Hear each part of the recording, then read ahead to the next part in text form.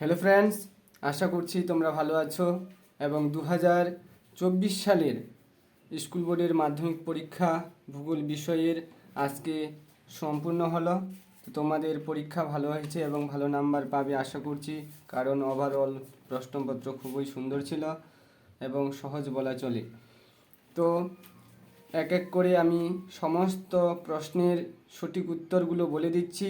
100% সঠিক উত্তর বলা হবে। তোমরা মিলিয়ে নাও পরীক্ষা দিয়ে আসলে যারা, এবং আগামীকাল মাদ্রাসা বোর্ডের ভূগোল বিষয়ের পরীক্ষা রয়েছে, তোমরা অবশ্যই একবার হলেও এই সমস্ত প্রশ্নগুলো দেখে যাবে।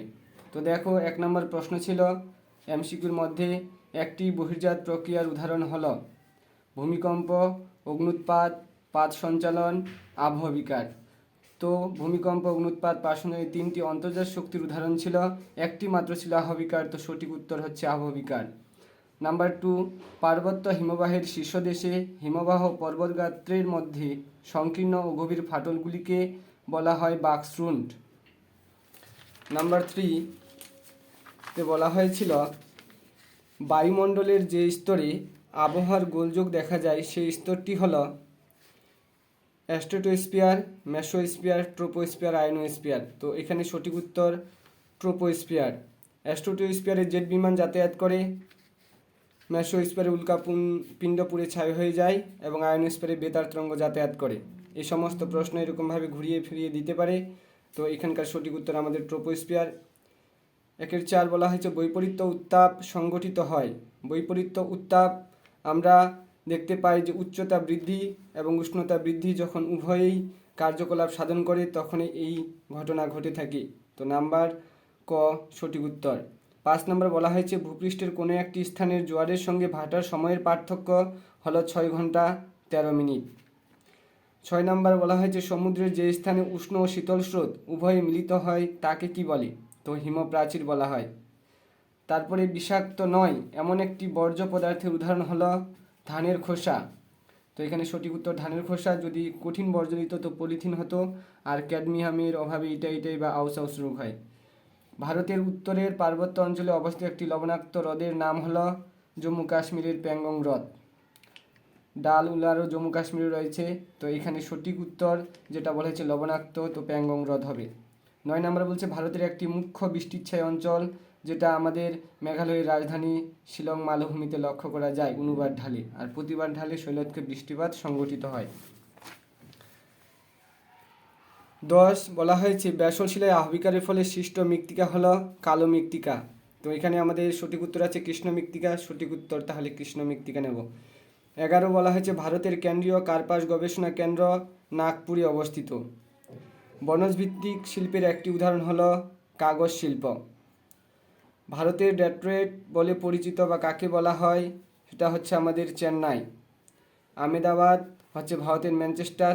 উত্তর ভারতের ম্যানচেস্টার কানপুর, দক্ষিণ ভারতের ম্যানচেস্টার হচ্ছে কোয়েম্বাটুর তামিলনাড়ুর। এই সমস্ত প্রশ্নগুলো তোমরা দেখে যাবে। তারপরে বলা হয়েছে উপগ্রহ চিত্রে নদী ও জলাশয়ের যে রং এর সাহায্যে নির্দেশ করা হয় তার নাম হলো, তো এখানে গাঢ় নীল অপশান সঠিক উত্তর।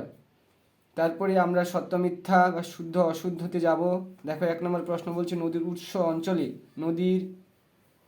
উৎস অঞ্চলে ধারণ অববাহিকার সৃষ্টি হয়, অবশ্যই সত্য। 2 নম্বর ঝুলন্ত উপত্যকা নদীর ক্ষয়কার্যের ফলে গঠিত হয়, এটা ফলস, কারণ হিমবাহের ক্ষয়কার্যের ফলে গঠিত হয়।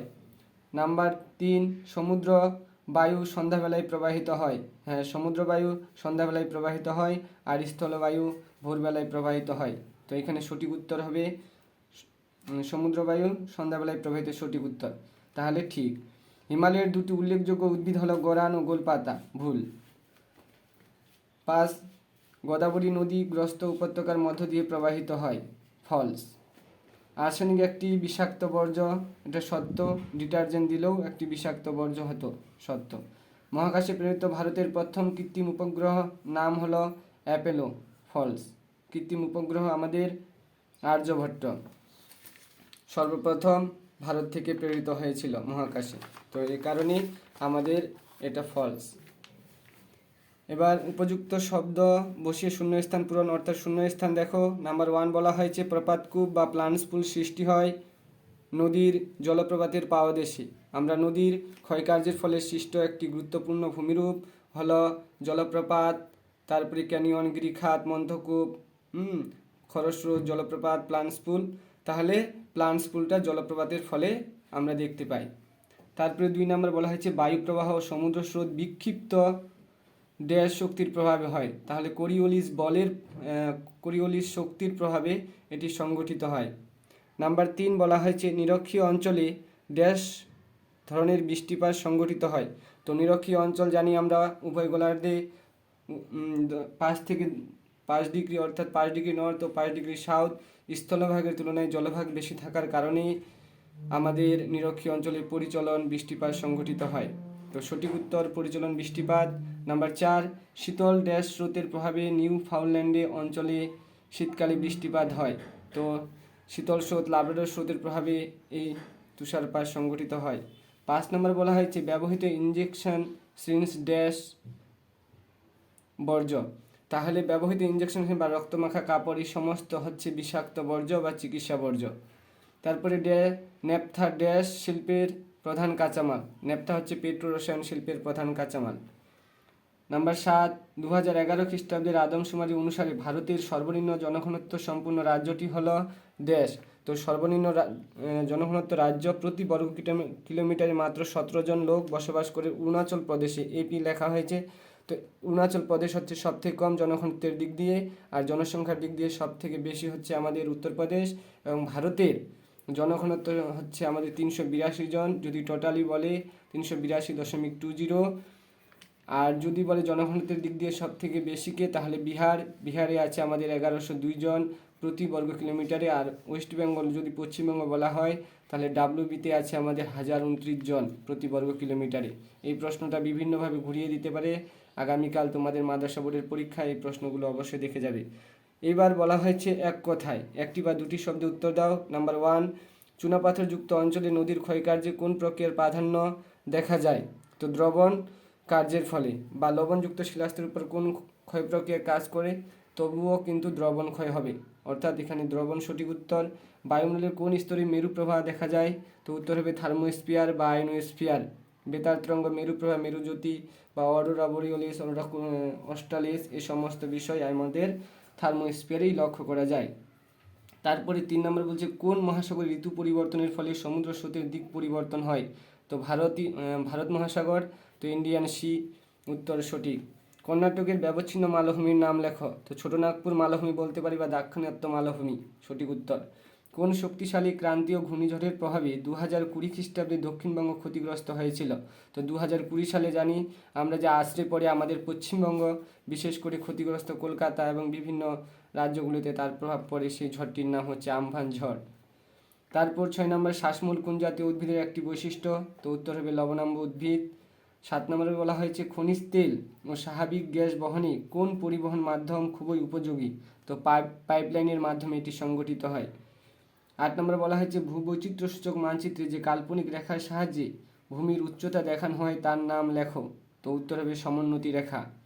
এবার বাম দিকের সঙ্গে ডান দিকগুলি মিলিয়ে লেখো। বলা হয়েছে 1 নম্বর কাশ্মীর উপত্যকা জাফরান, যেখানে কারিয়া মাটিতে জাফরান চাষটা ভালো হয়, জম্মু কাশ্মীরে এটা লক্ষ্য করা যায়। তো নাম্বার 1 3 নম্বরের সাথে মিলিত হলো। লুনি নদী ভারতের একটি অন্তর্বাহিনী নদী, যেটা রাজস্থানে লক্ষ্য করা যায়। রডোডেনড্রন একটি আলপীয় উদ্ভিদ। এবং সালেম শঙ্কর ইস্পাত কেন্দ্র, যেটা দক্ষিণ ভারতে অবস্থিত। তারপরে আমরা এক এক করে বিভাগ গড় প্রশ্নগুলো দেখে নিব কি বলেছে, এবং তোমাদের বারবার যে সমস্ত প্রশ্ন বলা হয়েছে এবং সাজেশন দিয়েছিলাম সেগুলো হুবহু কমন পড়েছে। নাম্বার 1 বলা হয়েছে নগ্নি ভবনের সংজ্ঞা দাও। কার্যকরী সৌর বিকিরণ বলতে কী বুঝো? অনেকবার তোমাদের বুঝিয়ে দেওয়া হয়েছে এবং বলা হয়েছে। তারপর 2 নম্বর আপেক্ষিক আর্দ্রতার সংজ্ঞা দাও। অথবা বলা হয়েছে অ্যাপোজি জোয়ার বলতে কী বোঝো? তোমাদের বারবার বলেছি অ্যাপিজি, পিরিজি এবং সিজিকির মধ্যে একটা আসবেই, তো কমন পড়েছে, তোমরা অবশ্যই কমন পেয়েছো। কঠিন বর্জ্য পদার্থের সংজ্ঞা দাও। বর্জ্যের পৃথকীকরণ বারবার বলেছি। কয়াল বলতে কী বোঝো? কোন দুটি নদী মিলিত হয়ে গঙ্গা নদীর সৃষ্টি হয়েছে, এগুলো বারবার প্রশ্নগুলো তোমাদের সামনে তুলে ধরেছি এবং কমন পড়েছে। বহুমুখী নদী পরিকল্পনা হাজারবার বলা হয়েছে। শিকড় আলগা শিল্প বলতে কী বোঝো, হুবহু কমন পড়ছে এই সমস্ত প্রশ্ন। দূরসংবেদন কি, জিওস্টেশন উপগ্রহ বলতে কী বোঝো, সবই কমন। তারপরে চারেগুলো দেখো 3 নম্বরে যে সমস্ত প্রশ্ন, 3টা লিখতে হবে 4 নম্বরে।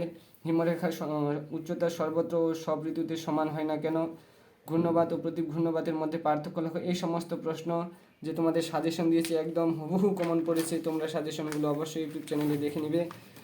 জৈব ভঙ্গুর ও জৈব অভঙ্গুর বর্জ্যের মধ্যে কঠিন বর্জ্য যেগুলো সেগুলোর মধ্যে পার্থক্য লেখো, অনেকবার বলেছি এবং কমন দেওয়া হয়েছে। পরিবেশের উপর বর্জ্যের 3টি প্রভাব সংক্ষেপে আলোচনা করো। এই প্রশ্নটা আমি যখন সাজেশনটা বলেছিলাম দশম শ্রেণীর শিক্ষার্থী হিসেবে বর্জ্য ব্যবস্থায় শিক্ষার্থীর ভূমিকা, ওই প্রশ্নটাই ঘুরিয়ে দিয়েছে। মৃত্তিকা সংরক্ষণের যে কোনো তিনটি পদ্ধতি লেখো বলেছি। ভারতীয় কৃষির মুখ্য 3টি সমস্যা, একদম হুবহু কমন। ভূবৈচিত্র্য সূচক মানচিত্র উপগ্রহ চিত্রের মধ্যে 3টি পার্থক্য লেখো। এই সমস্ত প্রশ্ন হুবহু তোমাদের সামনে তুলে ধরেছিলাম, সব কমন পড়েছে। যেরকমভাবেই তোমাদের সামনে সাজেশন দিয়েছি সেরকমভাবেই সেই সাজেশনগুলো কমন পড়েছে। তারপর হচ্ছে ভূবৈচিত্র্য সূচক মানচিত্রে ব্যবহৃত বিভিন্ন ধরনের স্কেলের পার্থক্য লেখো, একদম হুবহু কমন। এবার 5 প্রশ্নগুলো দেখো, দৃষ্টিহীন পরীক্ষার্থী চিত্র দিতে হয় না, সেজন্য এই কথাটা উল্লেখ আছে। অনেক স্টুডেন্ট তোমরা চিন্তায় পড়ে যাও যে দৃষ্টিহীন পরীক্ষার ক্ষেত্রে চিত্রাঙ্কন আবশ্যিক নয়, এগুলো আমরা পরীক্ষায় লিখবো কি লিখবো না।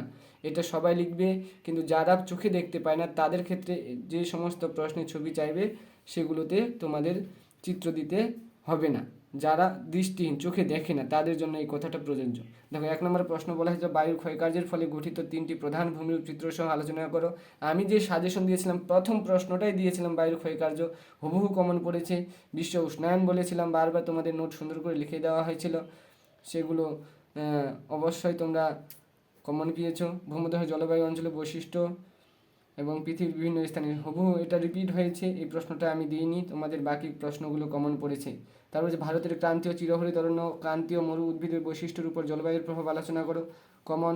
ভারতে ইক্ষু চাষের বা কফি চাষের যে পরিবেশ অনুকূল পরিবেশ আছে সেটাও কমন।